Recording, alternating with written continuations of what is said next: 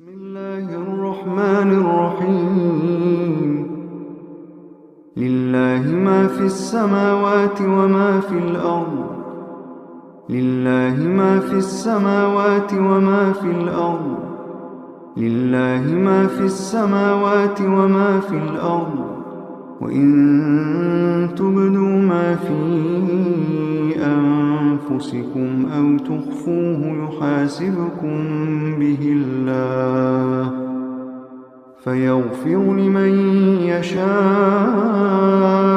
ويعذب من يشاء فيغفر لمن يشاء ويعذب من يشاء والله على كل شيء قدير والله على كل شيء قدير. نستعينه ونستغفره ونؤمن به ونتوكل عليه ونعوذ بالله من شرور انفسنا ومن سيئات اعمالنا من يهده الله فلا مضل له ومن يضلل فلا هادي له ونشهد ان لا اله الا الله وحده لا شريك له ونشهد ان محمدا عبده ورسوله. اعوذ بالله من الشيطان الرجيم. بسم الله الرحمن الرحيم. كنتم خير أمة أخرجت للناس تأمرون بالمعروف وتنهون عن المنكر. وقال في موضع آخر والعصر إن الإنسان لفي خسر إلا الذين آمنوا وعملوا الصالحات وتواصوا بالحق وتواصوا بالصبر. کلام پاک کی متعدد تفاسیر ہوتی ہیں اور ماشاءاللہ آپ نے کنتم خیر امۃ اخرجت للناس کی تفسیر ایک سے زائد مرتبہ سنی ہوگی. فضائل تبلیغ کے سلسلے میں تو یہ حدیث بالکل ریڑھ کی ہڈی ہے.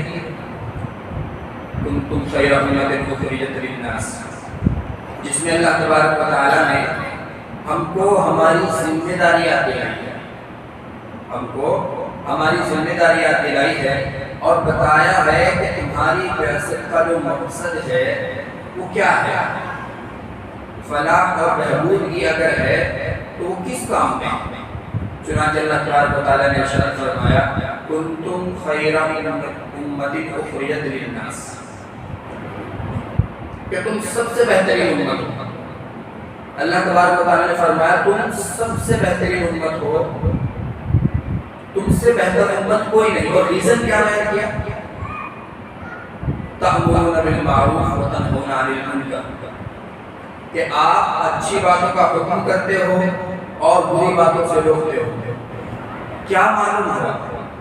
آیت میں غور کرنے سے معلوم یہ ہوتا ہے تأمرون بالمعروف وتنہون عن المنکر سے یہ معلوم ہوتا ہے کہ اگر کوئی انسان اپنے مسلمان ہونے کا دعویٰ کرتا ہے، اپنے مومن ہونے کا دعویٰ کرتا ہے، پکا سچا نمازی ہونے کا دعویٰ کرتا ہے، حاجی ہونے کا دعویٰ کرتا ہے، زکوٰۃ وقت پر دیتا ہے، لیکن امر بالمعروف اچھی باتوں کا حکم اور نہی عن المنکر بری باتوں سے روکنا یہ اس کے اندر نہیں ہے، تو سمجھ جائیے کہ ایمان پر کام کرنے کی ضرورت ہے.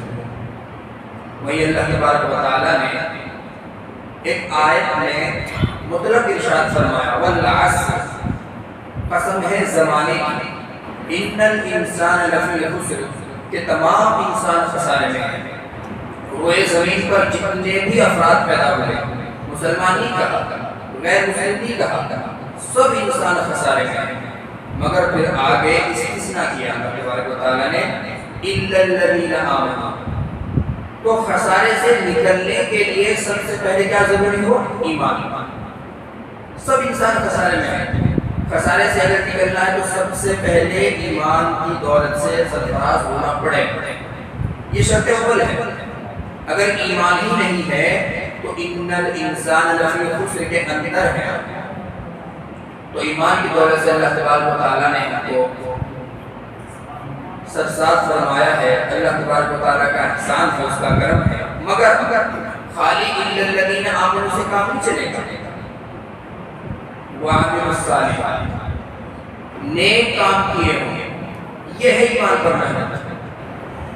ایمان لایا ہو اور پھر ایمان پر محنت بھی کی ہو، ایسا نہیں کہ خالی ایمان لے آئے لا الہ الا اللہ محمد رسول اللہ اور اس کے بعد نہ اس کو نماز کا پتہ، نہ اس کو روزے کا پتہ، نہ اس کو زکوٰۃ کا پتہ، نہ اس کو حج کا پتہ، بس نام کا مسلمان ہے۔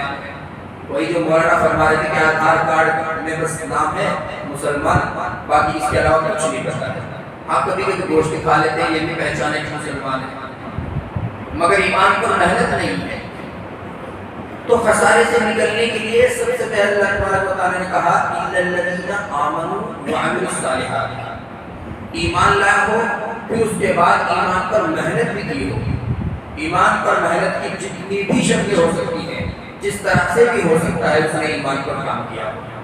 وہ امر بالمعروف کرتا ہو، نہی عن المنکر کرتا ہو، بری بات جب اس کو کوئی دیکھے، منکر کا ترجمہ آتا ہے خلاف شرع کوئی بھی کام، مسجد کے اندر ہی کیوں نہ ہو، مدرسے کے اندر ہی کیوں نہ ہو، آپ کے گھر کے اندر ہی کیوں نہ ہو، اور آپ کا کتنا ہی عزیز، کتنا ہی خاص انسان خلاف شرع اگر کام کرتا ہے اور آپ اس کو نہیں روک رہے ہیں تو ان الانسان لفی خسر کے اندر۔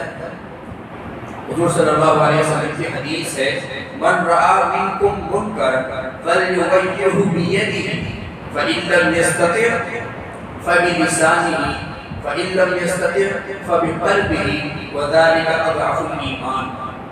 اس کا مطلب یہ ہے کہ جب تم میں کوئی آپ میں یعنی کہ تم مومنوں میں کوئی بھی آدمی خلاف شرع کوئی کام دیکھتا ہے، خلاف شرع کوئی کام دیکھتا ہے، تو اگر آپ کے قبضہ و قدرت میں ہے، آپ کے اختیار میں ہے، تو آپ اس کو اپنے ہاتھ سے روکیں۔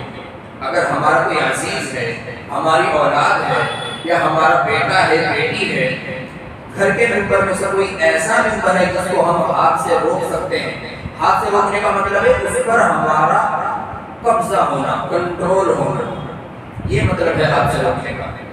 آپ طاقت رکھتے ہو اس کو دو چار لگا کے بعد منع کرو، تو یہ مطلب ہے کہ اگر آپ اس کو ہاتھ سے روک سکتے ہو تو اس کو ہاتھ سے روکو۔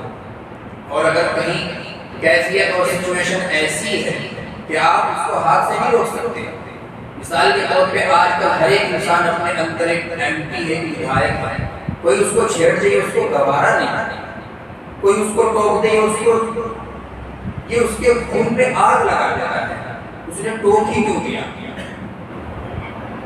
تو ہاتھ سے روکنا تو بہت بڑی بات ہے۔ تو اگر اس کو آپ ہاتھ سے نہیں روک سکتے، کوئی آدمی ایسا ہے کہ جو آپ کے خاص لوگوں میں سے نہیں ہے اور آپ اس کو ڈانٹ کر، ڈرا کر، دھمکا کر نہیں روک سکتے، تو آپ اس کو زبان سے روکیں، فَبِلِسَانِهِ، کہیں اس کو، یہ خلاف شرع کام ہے۔ حضور اقدس صلی اللہ علیہ وسلم نے ان کاموں کو کرنے سے منع فرمایا، اللہ تعالیٰ نے منع فرمایا ہے، ان کاموں سے بے حیائی پھیلتی ہے، یہ بڑے گناہ کا پیش خیمہ ہے، آپ ان سے باز رہیے۔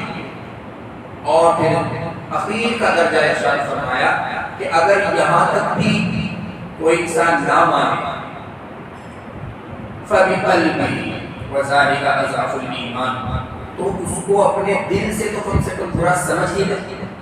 اگر کوئی غلط کام ہو رہا ہے، آپ کے قبضہ قدرت میں نہیں ہے کہ آپ اس کو ڈائریکٹ جا کے ہاتھ سے روک دیں، آپ کے قبضہ قدرت میں نہیں ہے کہ آپ اس کو کچھ کہہ دیں۔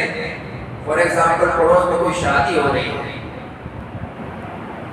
اور وہاں ڈی جے بجنے لگا، طرح طرح کے وہاں پر گناہ ہونے لگے، تو اگر آپ روک نہیں سکتے، آپ زبان سے ناکام ہو جاتے ہیں، تو کم سے کم دل سے اس کو برا سمجھیں اور اللہ تبارک و تعالیٰ سے استغفار کریں اور ان کی ہدایت کی دعا کریں۔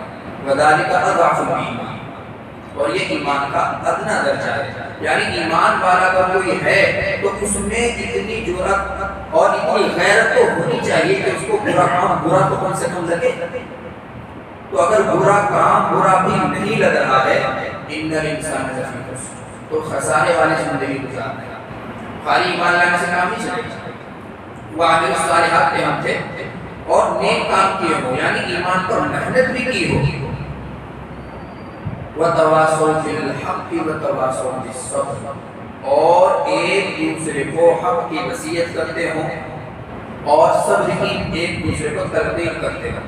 تواصل ایک دوسرے کو یعنی کہ آپس میں جو چیز کو دیکھے اگر اس کو لگ رہا ہے کہ یہ کام خلاف شرع ہے، یہ کام مناسب نہیں ہے، تو آپ اس کو اچھے انداز سے کہیے کہ بھائی مجھے یہ کام اچھا نہیں لگ رہا ہے، مجھے یہ کہیں نہ کہیں شریعت کے خلاف لگ رہا ہے۔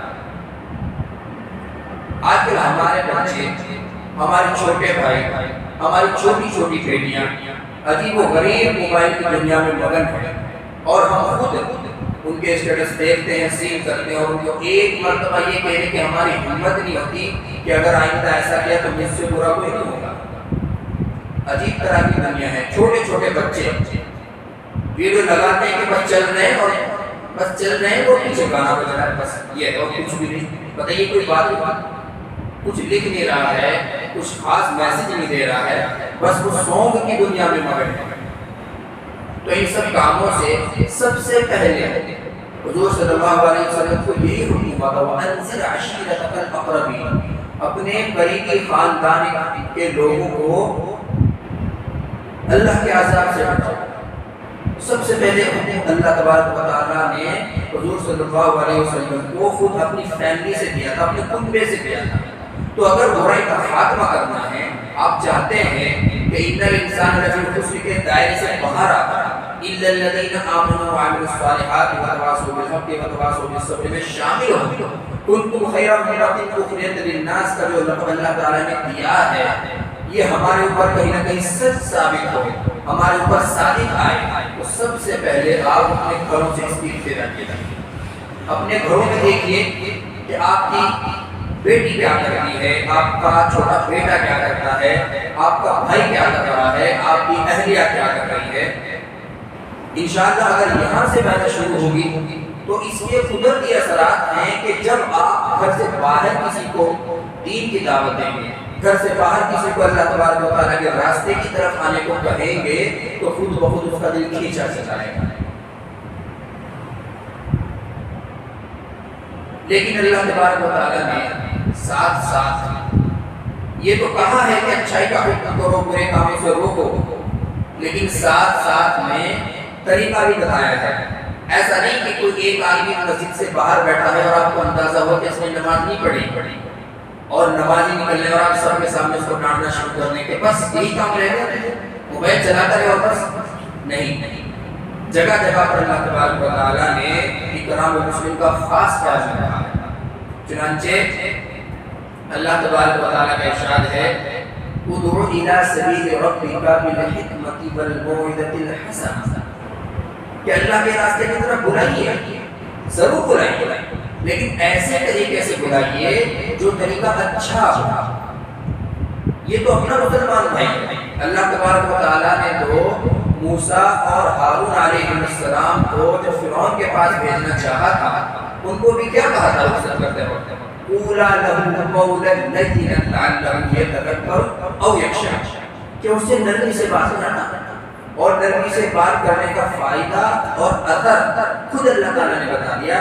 یہ تذکر ہو سکتا ہے وہ نصیحت ایکسپٹ کر لے، قبول کر لے، او یخشی، یا وہ اللہ سے خود ہی ڈر جائے اور پھر آپ کی بات مان لے اور اللہ کے راستے میں آ جائے، مسلمان ہو جائے۔ تو کافر کو بھی اللہ تبارک و تعالیٰ نے، کافر کیا ہو تو رئیس الکفار تھا اپنے زمانے کا، خدائی دعویٰ کرتا تھا، اس سے زیادہ کیا ہو سکتا ہے؟ اس کو بھی نرمی کے ساتھ کہنے کو کہا، کس کو بھی نبی کو، جبکہ نبی خود نرمی سے بات کرتے ہیں، لیکن پھر بھی تاکید کیا کرتا ہے قولا لہ قولا لینا لعلہ یتذکر او یخشی۔ خیر، تو اخیر کی بات جو ہماری ہے، اللہ تبارک و تعالیٰ نے انسانوں کو ان کی ڈیوٹی بتائی، پھر یہ بتایا کہ کون انسان کامیاب ہے، کون خسارے میں ہے۔ کامیاب لوگوں کی نشانی یہ بتائی کہ تم امر بالمعروف کرتے ہو، نہی عن المنکر کرتے ہو۔ میں شورٹ کر رہا ہوں بات کو مختصر تاکہ سمری ہو جائے، خلاصہ سمجھ میں آ جائے کہ کرنا کیا ہے آج کے اس مسئلے میں۔ تو امر بالمعروف نہی عن المنکر تو کرنا ہے، لیکن کیسے کرنا ہے؟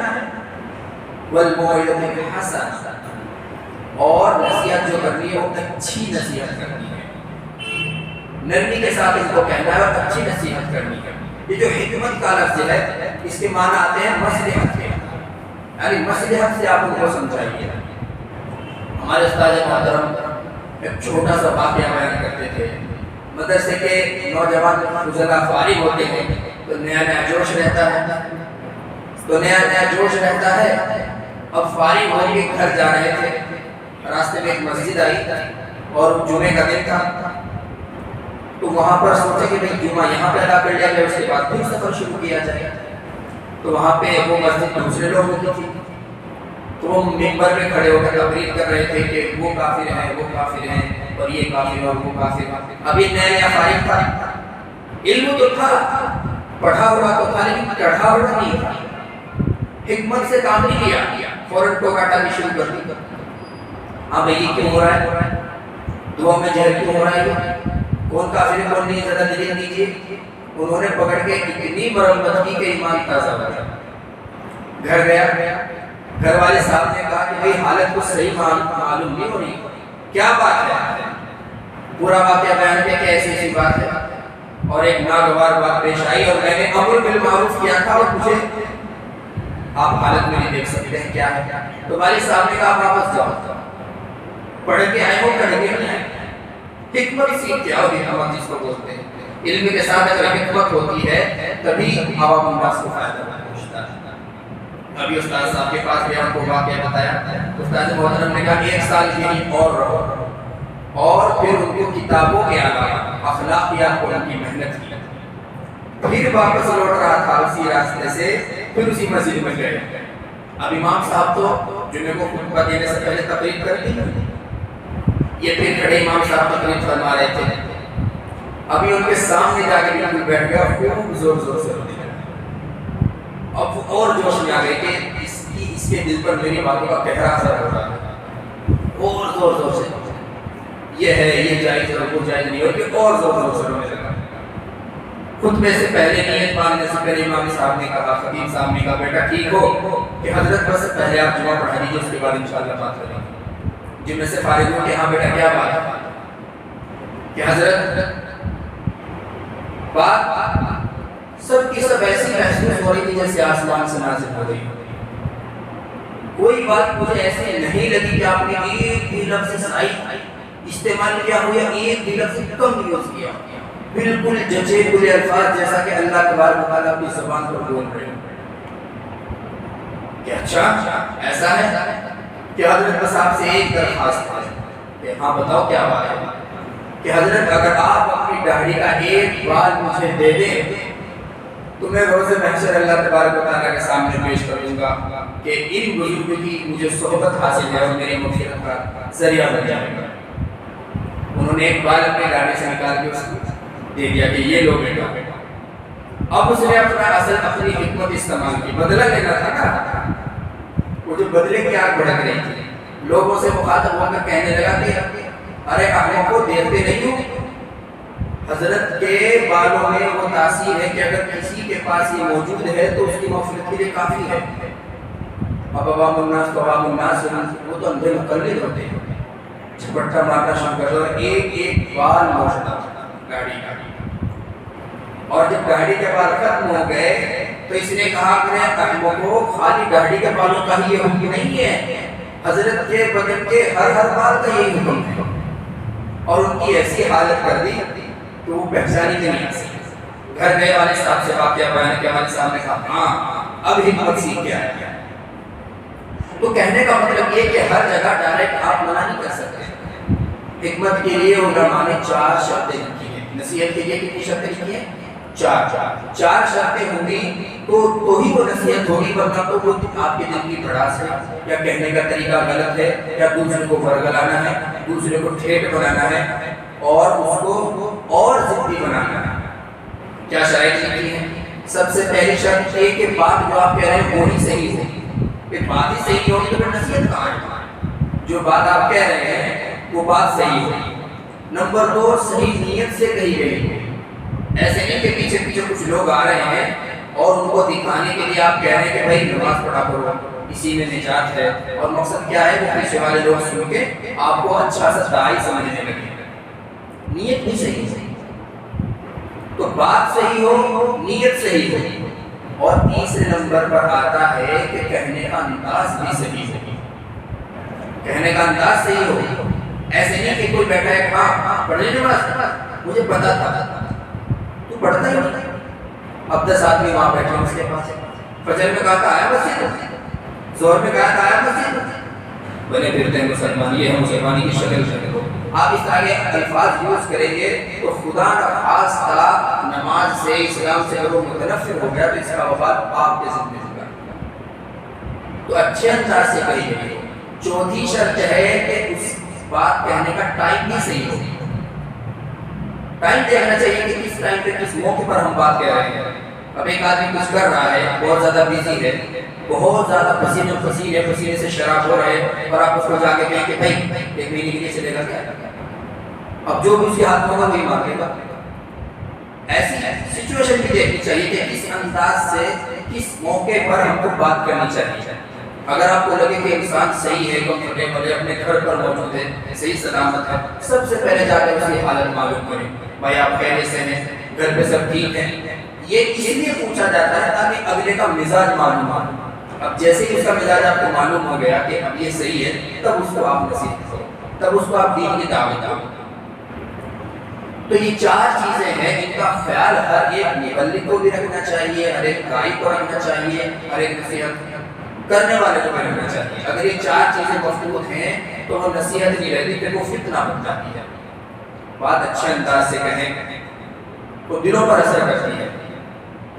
خیر، اللہ تبارک و تعالیٰ کا جو ارشاد ہے کنتم خیر امۃ اخرجت للناس، اسی سے ملتی جلتی پھر ایک دوسری سورت ہم نے کلام پاک کی تلاوت کی تھی، والعصر ان الانسان لفی خسر. اس کا خلاصہ بتایا ہے. پھر نبی کریم صلی اللہ علیہ وسلم کا ایک ارشاد ہے کہ جو تم میں سے کسی کو برائی کرتا ہوا دیکھے، خلاف شرع کام دیکھے، تو اس کو یا تو اپنے زبان سے روکے یا تو اپنے ہاتھ سے روکے. پہلے تو ہاتھ کا نمبر ہے، پھر زبان سے روکے، ورنہ تو اس کو کم سے کم دل سے برا سنائے.